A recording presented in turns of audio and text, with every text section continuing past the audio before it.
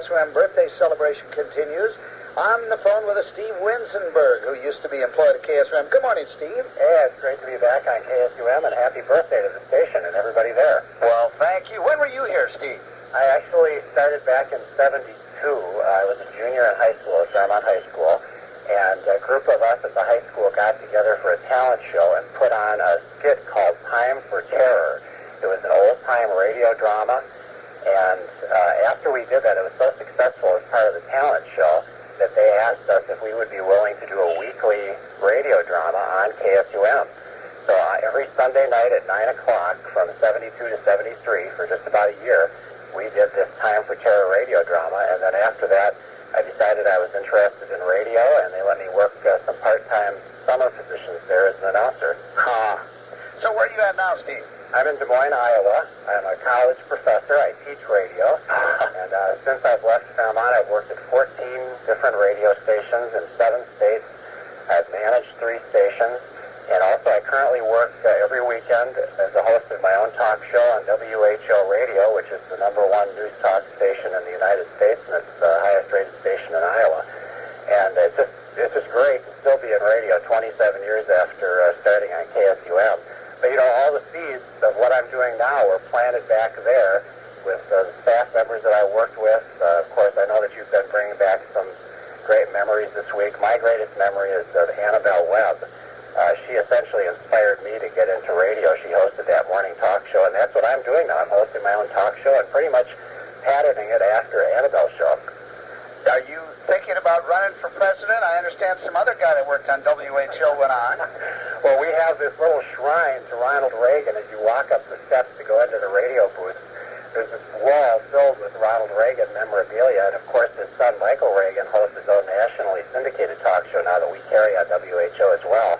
And Michael Reagan's going to be in town here in Des Moines this next week. So it's pretty big topic here to have Reagan be from WHO and have us be able to carry on that tradition. And it all started at KSUM. That's right. And I went to college at the University of South Dakota, took up radio and TV, and ended up, after a number of years working in radio, switching to the teaching mode. After I got my graduate degree, I started teaching and ended up here in Des Moines about 10 years ago, and I teach radio and TV. And so I'm teaching those future announcers the reality of the business. And a lot of the experiences came from KSUM and some of the other places.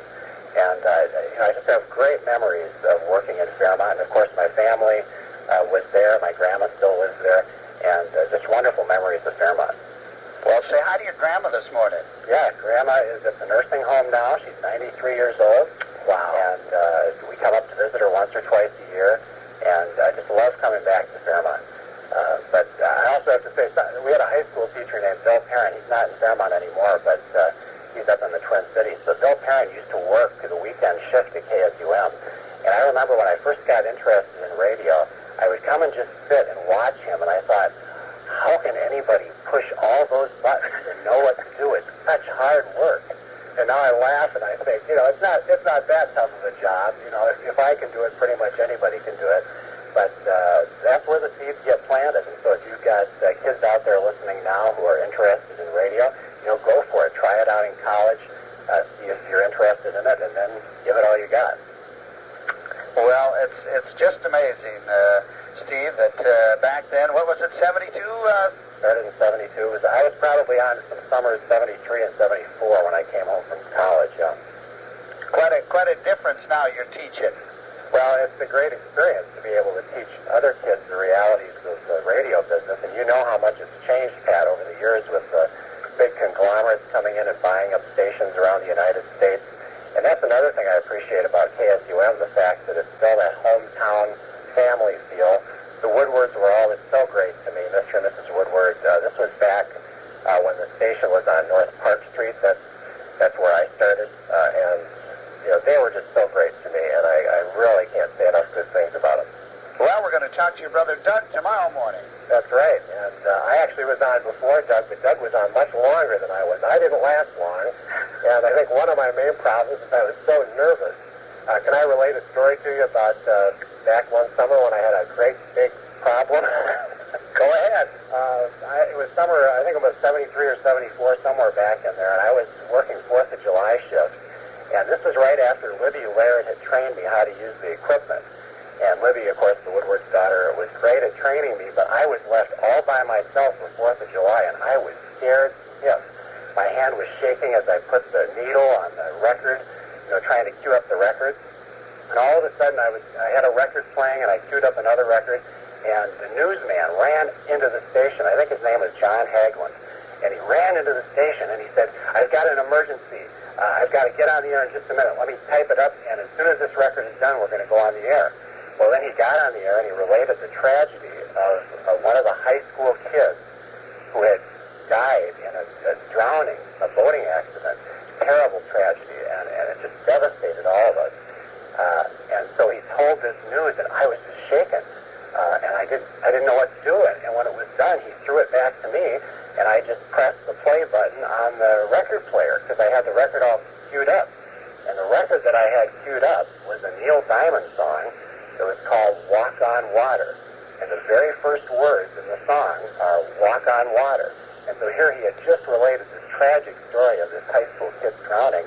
And I pushed the button, and the next thing you hear is Walk on Water. And he ran into the room screaming at me, what do you think you're doing? Are you crazy? What are you doing playing that song? And then the phone lights up, and I think it was Libby probably on the phone. What are you doing? And it was just, I saw my whole career fall apart right there. It was just a terrible thing to happen. It was an accident. It was a total accident. Yeah. You learn from those accidents. And that's the type of thing that I relate then to students now in later years, things that they can learn from my mistakes. Well, it's got to be very gratifying to have worked in radio and then go on to teach and instill new things into the young people today. Right, and Pat, the nicest thing is now, in addition to teaching, I can still stay on the air on my WHO show every Saturday morning. So I'm both teaching and still staying in the business. Have your fingers in it. Yeah, and I go back to KSUM and all the great folks in Fairmont and thank the Woodwards in particular for the opportunities that they gave me. Charles and Elizabeth, and now their son Woody at the helm there, and continuing the family business. Well, Steve Winzenburg, we thank you for sharing your time with us this morning. We'll let you be part of the birthday celebration. This is a great honor.